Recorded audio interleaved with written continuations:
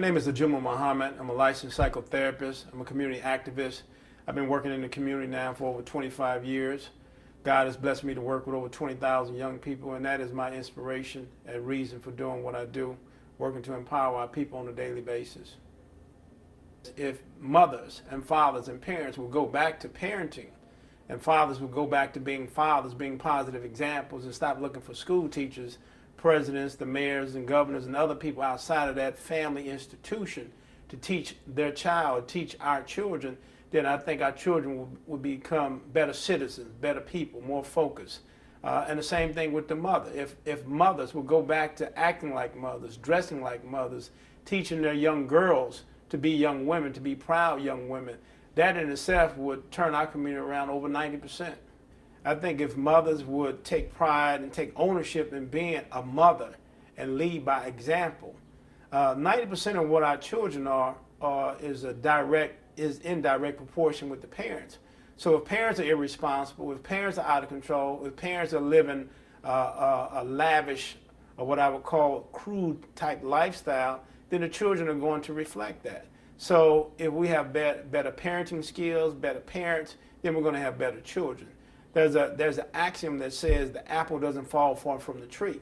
So if we want to teach our young boys to be men, that example should come from their father. And the same thing with our young girls. We want our young girls to act like women, to demonstrate womanhood, to demonstrate a sense of maturity. Then it should come from the mother. And we shouldn't put that responsibility nor that burden on a teacher or an outside entity other than the family. And I think we've gotten so far away from that we're looking for other people to solve our problems as opposed to us taking the lead on solving our own problems. Young people can't accept the whole hood mentality because they haven't seen a positive example in front of them, meaning their father. You know, in my opinion, I think children oftentimes, or young people, are victims of circumstance, or what I call casualties of war.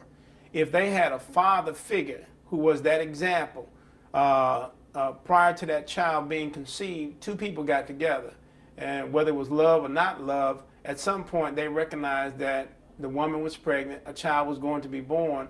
At that point is where we as men, strong black men, in my opinion, take ownership and say whether I'm with that woman or that mother or that lady or not, then I have a personal responsibility to be the best father, the best example I can to my child. And I think if men did that as well as women, I think we're blaming the victim. When we see our young people out of control, it's because the parents are out of control. The parents have not made adequate time to demonstrate and provide a positive example for our young people. So now we look for the streets, which become an institution to raise our children.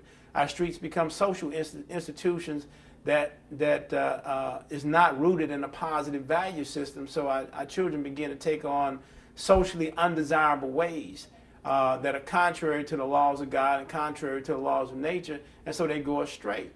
A week ago, I visited the St. Louis City Medium Security Institution. They have approximately 800 inmates in the Medium Security Institution. Out of 800 inmates, 760 of them are black men. And when I went over there, it was so depressing and it was so personally disappointing. I said to myself, you know, where are all the black men? I see where they're at now. They're housed and located in the medium security prison in St. Louis, Missouri, as well as they are throughout the country. I can think of many examples in my 20 years of working with young people where, because the mother wasn't there, the father wasn't there, typically in mental health, when I go in and provide therapy to families, oftentimes the father's not there, the father's incarcerated, the mother is not there, either the mother's dealing with drug-related issues.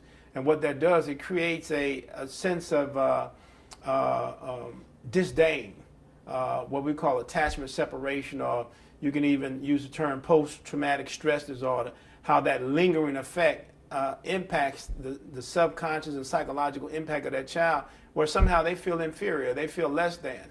The very two people who brought them into this world, the mother and father, who are supposed to be the axiom for that child, are not there. That bond is separated. So it creates a sense of personal rage, personal resentment, personal disappointment, oftentimes where the child doesn't know who he or she is.